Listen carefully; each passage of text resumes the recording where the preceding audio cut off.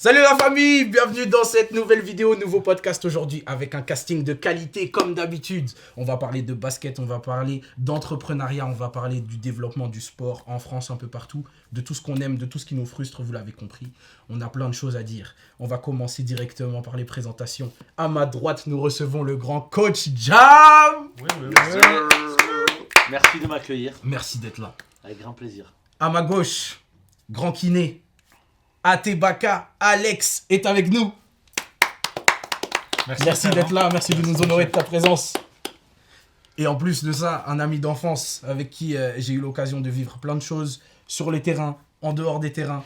Bref, c'est un plaisir de te recevoir, c'est un plaisir de recevoir des gars avec qui, mine de rien, j'ai grandi un peu dans le basket et ailleurs, donc c'est vraiment cool. Et pour finir, last but not least, Samuel in the zone, Mansé est avec nous. Merci pour l'invitation, Vince. C'est normal, C'est cool. avec plaisir. Je suis vraiment content de vous recevoir, les gars. On a plein de choses à dire. Il y a deux choses qui nous réunissent ici aujourd'hui en particulier. Évidemment, c'est le basket. Et la deuxième, c'est Bordeaux. Parce que ce qui nous fait aujourd'hui connecter dans plein de choses, c'est qu'on essaie de construire énormément et de donner énormément à cette ville. Autant dans nos projets que juste dans nos valeurs et dans ce qu'on essaie de véhiculer essentiellement aux jeunes. Et c'est pour ça qu'on se retrouve, c'est parce qu'on va parler de votre petit bébé qui a déjà bien grandi, très rapidement, le Next Level Camp, camp de basket, du coup, vous l'avez compris, qui reçoit aujourd'hui énormément de jeunes de Bordeaux et d'ailleurs. Qui veut commencer du coup avec les origines du camp? Comment ça s'est lancé? Allez, je vais me lancer. Les origines du camp. Faut savoir qu'en fait, Jamel, Fred aussi, Frédéric Adjornou qui est pas là ce soir. Alex aussi, on avait l'habitude d'aller à la Hoops. Donc Jam, Fred et moi, plus pour coacher individuellement des jeunes joueurs, des joueurs de centre de formation, des joueurs professionnels.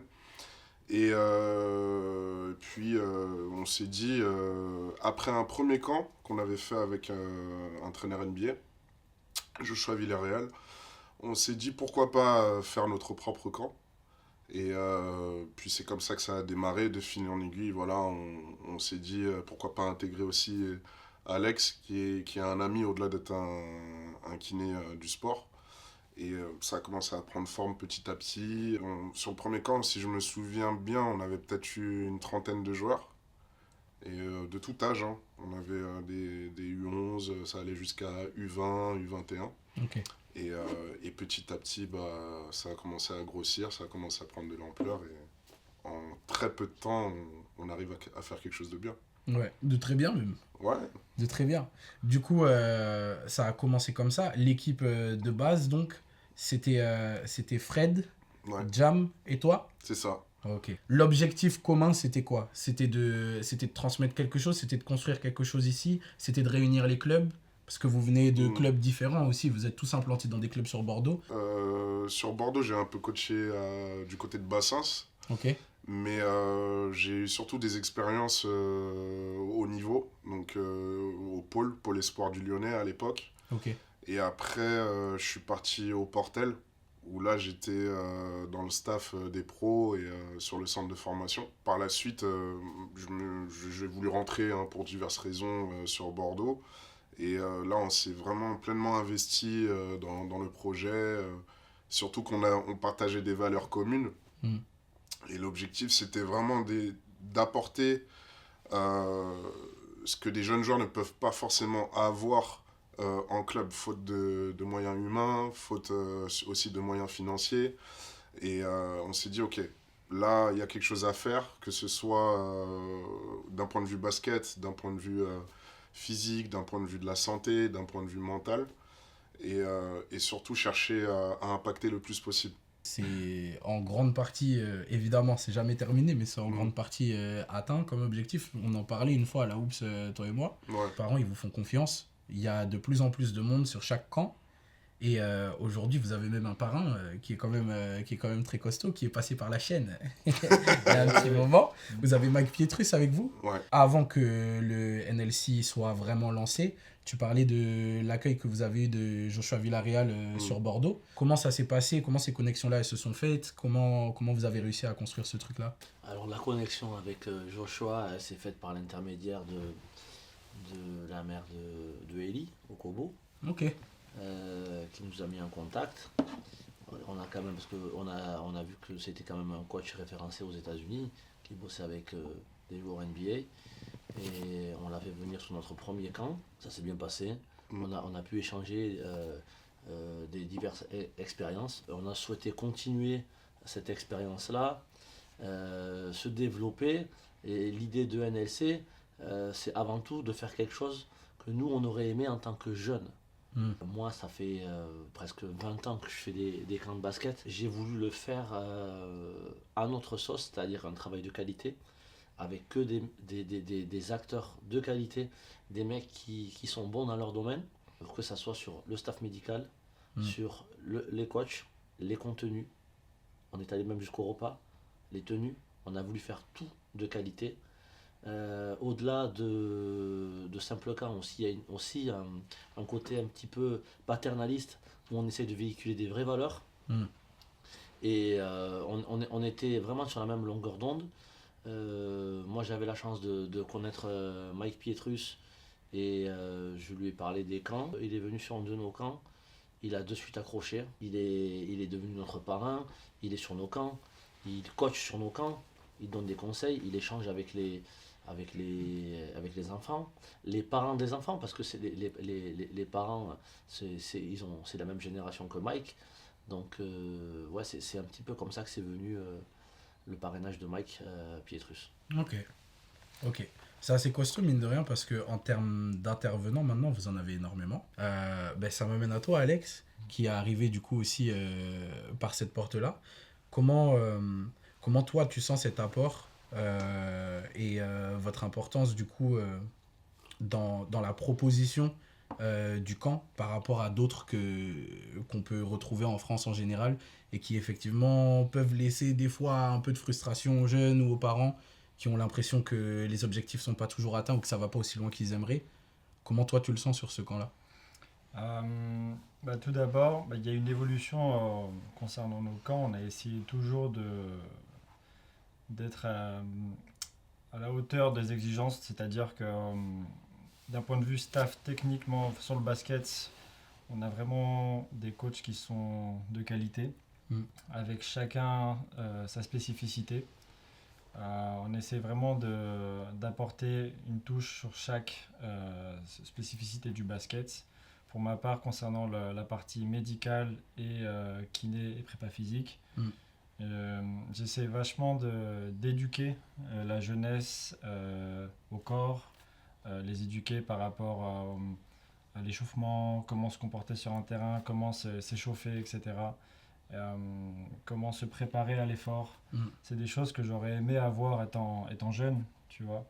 Et c'est sur ces aspects-là, je trouve qu'on a notre valeur ajoutée. C'est à la fois sur l'aspect technique, à la fois sur l'aspect santé, à la fois sur comme l'a dit Jam, sur les en dehors du basket, on a un côté mentor en discutant avec les jeunes, en apportant aussi l'entraînement qui est invisible, sur la nutrition, sur tous les à côté, tout l'entraînement invisible en fait. Et c'est sur tous ces petits aspects, la préparation mentale, sur toutes ces petites choses-là qu'on essaye d'être, où on est vachement exigeant.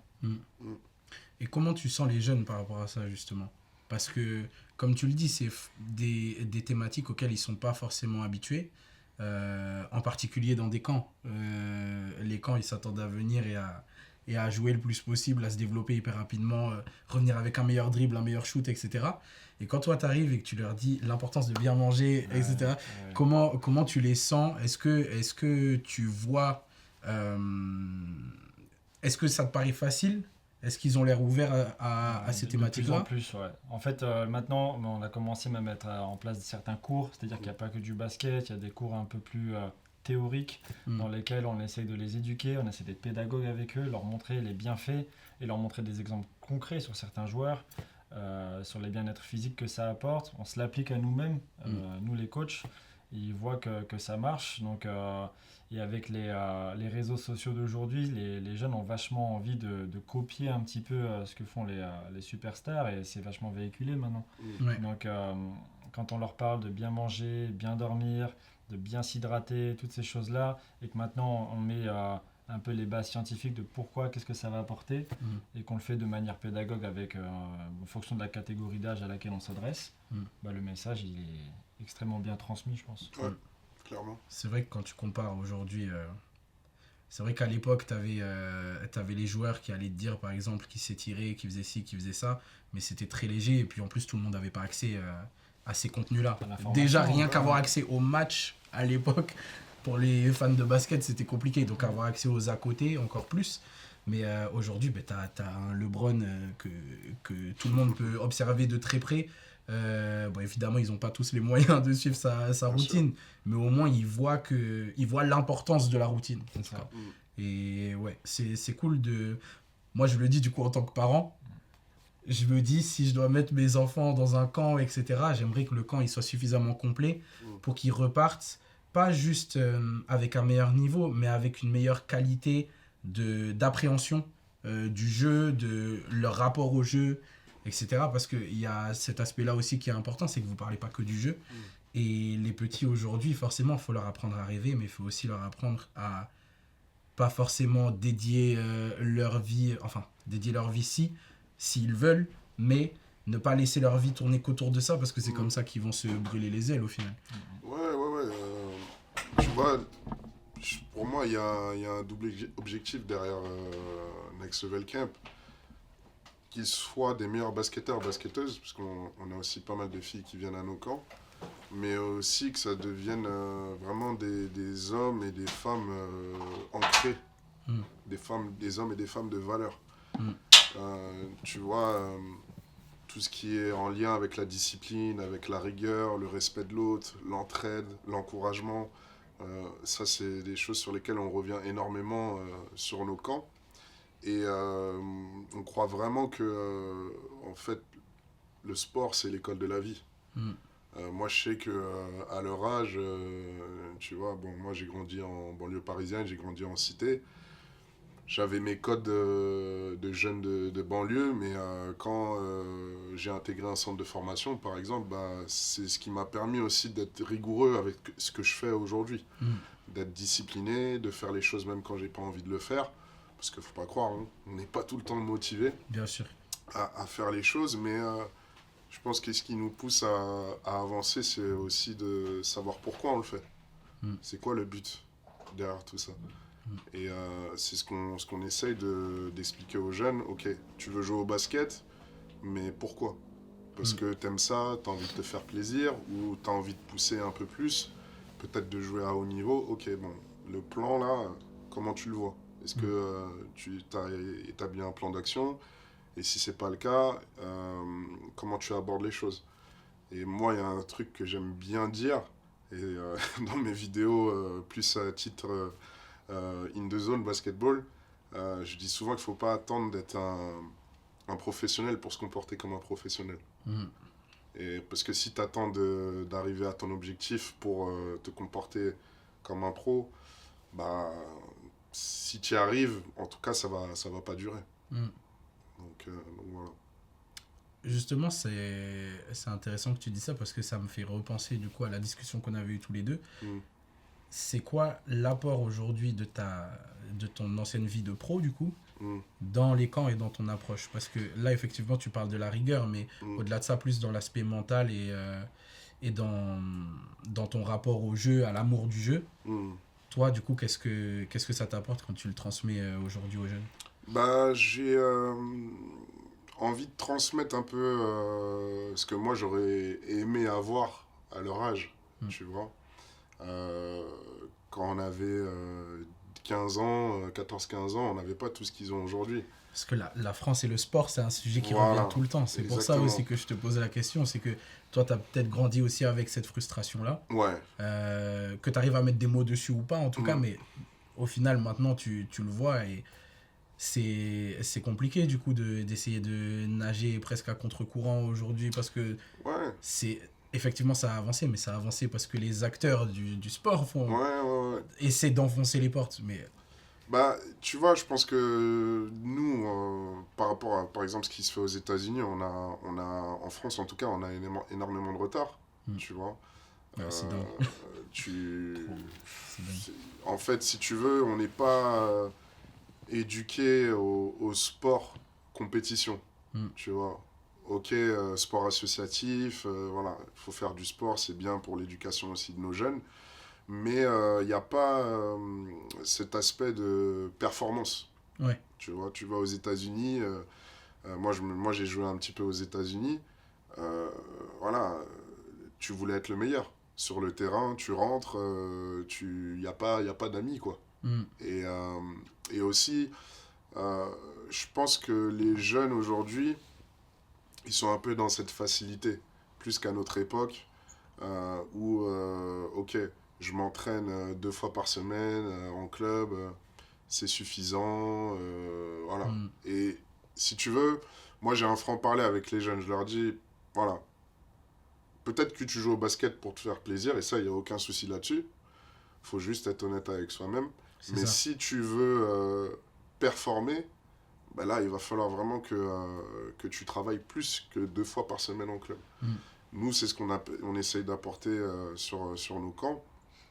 Et avec cette dimension mentale, cette dimension physique, toute la dimension autour de dimension préventive, avec Alexis qui est sur la partie kiné, la prépa. Mm. Et c'est vraiment, on cherche vraiment à les éduquer dans Ouais. un premier temps. Savoir pourquoi tu fais ça. Ok, tu le fais, c'est bien, mais pourquoi tu dois le faire. Mm. Et le but, c'est que bah, par la suite, ils deviennent autonomes dans leur pratique. C'est ça, qui rentre avec un bagage qui... Ouais. Ouais.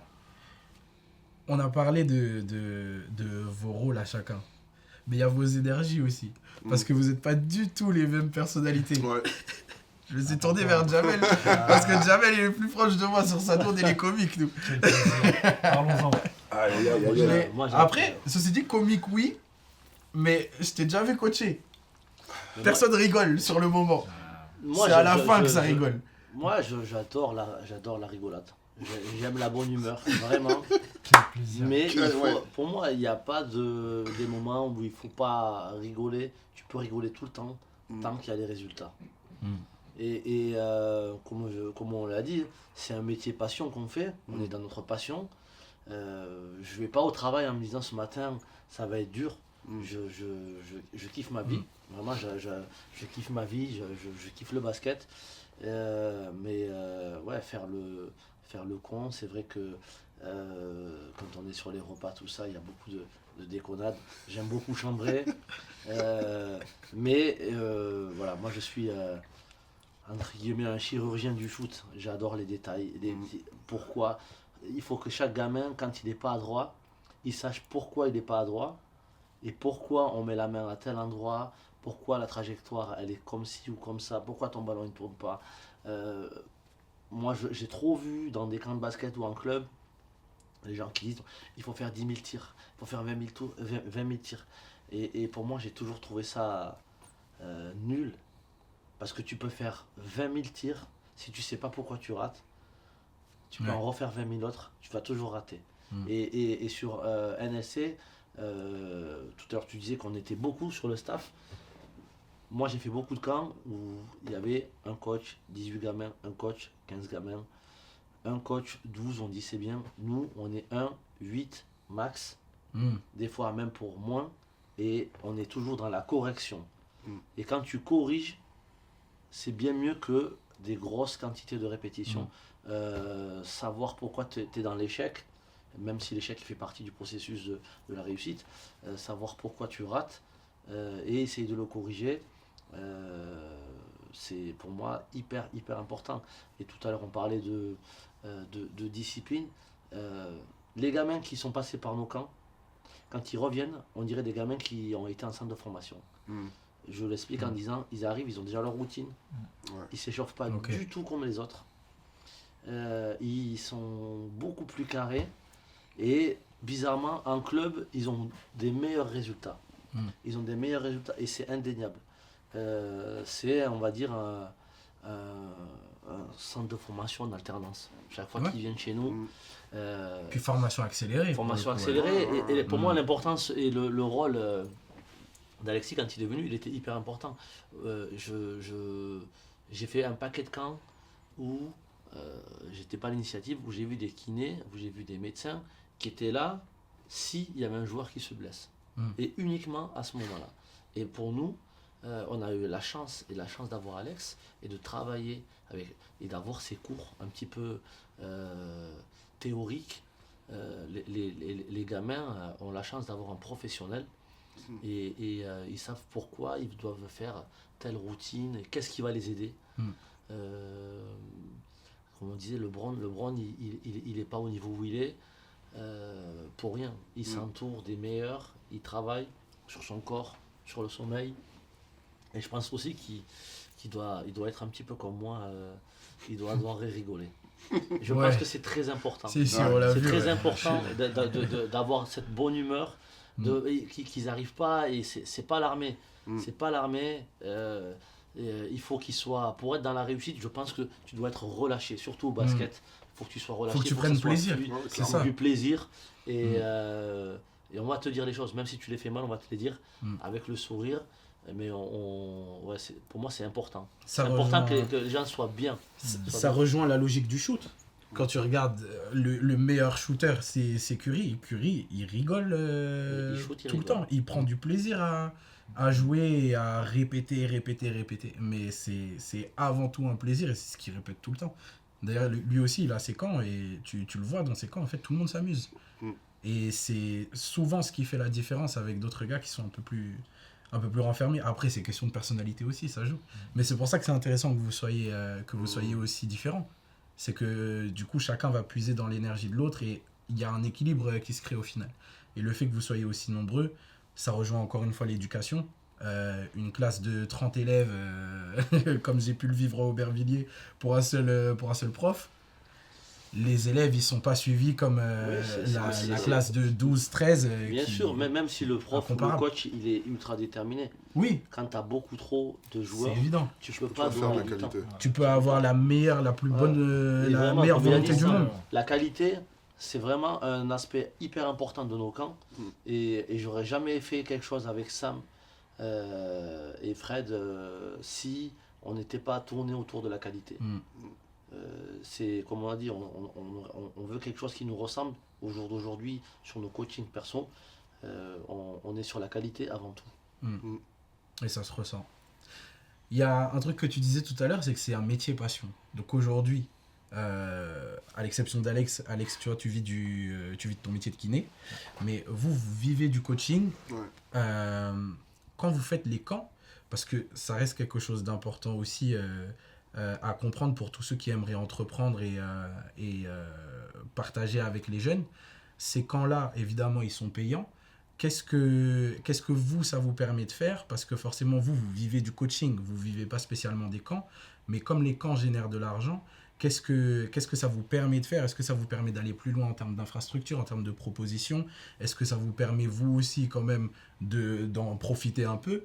Comment vous voyez l'économie et l'écosystème que vous êtes en train de créer autour de ces camps qui ramènent de plus en plus de monde, donc forcément qui génèrent de plus en plus? Tu vois, l'objectif premier, là, c'est plus à titre personnel, et là, c'est ma fibre entrepreneuriale qui va parler. Moi, je me suis dit, ok, quel est notre public cible? C'est les jeunes, de quoi ils ont besoin, tu vois.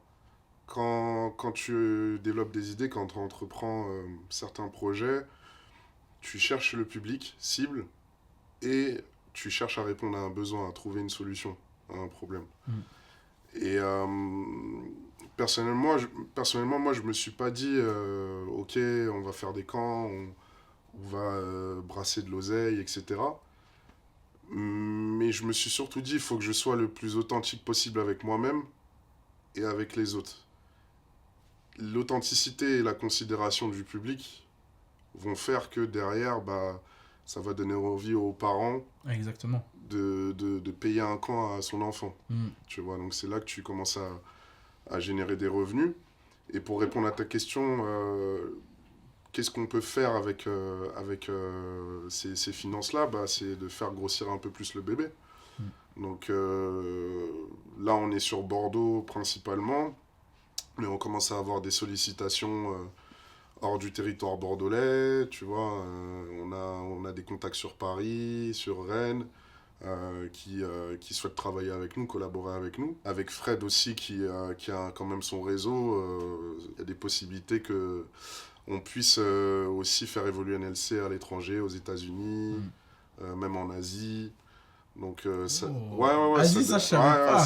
ça devient bon, Sérieux. on en parle là, Wow. Ouais. mais c'est quelque chose sur lequel on est en train de travailler en Rien interne. que le fait de pouvoir l'envisager, c'est Ouais. déjà énorme. Ouais. C'est déjà énorme. Parce que NLC a 1 an et demi. Un peu plus d'1 an, hein. Ouais, à peine. Ouais, à peine, Le hein. premier camp, il a commencé le 2 janvier. Ouais. Le 2 janvier. Il y a Il est même beau, pas, il est il y a beau, il est même beau, pas il est beau, 2 il est ans. beau. Il n'y a même pas 2 ans d'ancienneté. Vous avez déjà à Los Angeles de Ouais. quasiment coché, parce que c'est pas encore fait, mais c'est déjà officiel. Mm. Et là, vous pensez déjà à l'Asie. Je sais Ouais. pas si vous vous rendez compte. Est-ce que vous prenez suffisamment de recul, vous aussi? Est-ce que vous prenez le temps de vous congratuler, d'être satisfait? Évidemment, vous avez la tête dans le guidon, vous voulez aller plus loin. J'en parle toujours Mais- avec Sam. L'autre fois, je lui ai dit. Je me dis pas c'est un truc de fou. Parce que je connais le basket. Ça fait des années que je suis dans le basket. J'ai fait des camps aux États-Unis. J'ai fait des camps un peu partout en France. J'ai vu des coachs. J'ai vu des camps. Et je te garantis que ce qu'on fait, c'est du haut niveau. Donc, qu'on s'exporte ailleurs. Je trouve pas ça extraordinaire, je trouve ça tout à fait normal. Et par rapport je reviens sur l'aspect business, moi j'ai toujours voulu quelque chose sur la durée et de qualité. Parce que les one shot, comme on dit, ça marche une fois, Ouais. tu fais un truc flingué, tu revois pas les enfants. Tu fais quelque chose de qualité, moi je préfère gagner beaucoup moins qu'on investisse sur des vraies tenues, des vrais repas, un vrai staff, qu'on ait des vraies infrastructures. Et que les gens, quand ils payent, ils se disent j'ai payé, mais ça vaut ce que ça vaut. Parce que c'est ça, on voit en fait que les moyens sont de plus en plus conséquents à chaque fois. Donc moi, la réponse à la question me paraissait évidente. C'est qu'en fait, c'est vrai que vous avez vraiment, comme tu as dit, fait grossir le bébé en fait. Ouais. Vous avez mis énormément de moyens à ce que les enfants se sentent dans un environnement de qualité. Et voilà, et puis on le fait dans la vraiment bonne ambiance, bonne entente. Il y a beaucoup de camps en France. Je pense pas qu'il y en ait beaucoup de ce level-là. Avec l'authenticité et l'envie qu'on a que les gamins, quand ils partent, pour moi, c'est un échec si à la fin du camp, il n'a pas step up. Ou il n'a pas appris quelque chose. Parce que des fois, tu n'as pas step up, t'es pas plus adroit, mais tu as eu quelques tips, tu as appris des trucs humainement. Moi, les camps, colonies de vacances, tout ça, il y en a plein. Je sais pas faire, je ne veux pas faire. Et c'est pour ça qu'on fait quelque chose de complètement différent. Ça vous arrive de tomber sur des petits qui décrochent un peu ou qui abandonnent ou qui se rendent compte aussi, des fois ça peut arriver, hein, que finalement, ouais, j'étais pas prêt à autant d'intensité, etc. Ouais, je pense qu'ils sont un petit peu avertis. Du décrochage scolaire un peu. Non, ils savent, je pense qu'ils savent. Ils savent pourquoi ils viennent parce qu'on annonce la couleur directe en fait. Ok.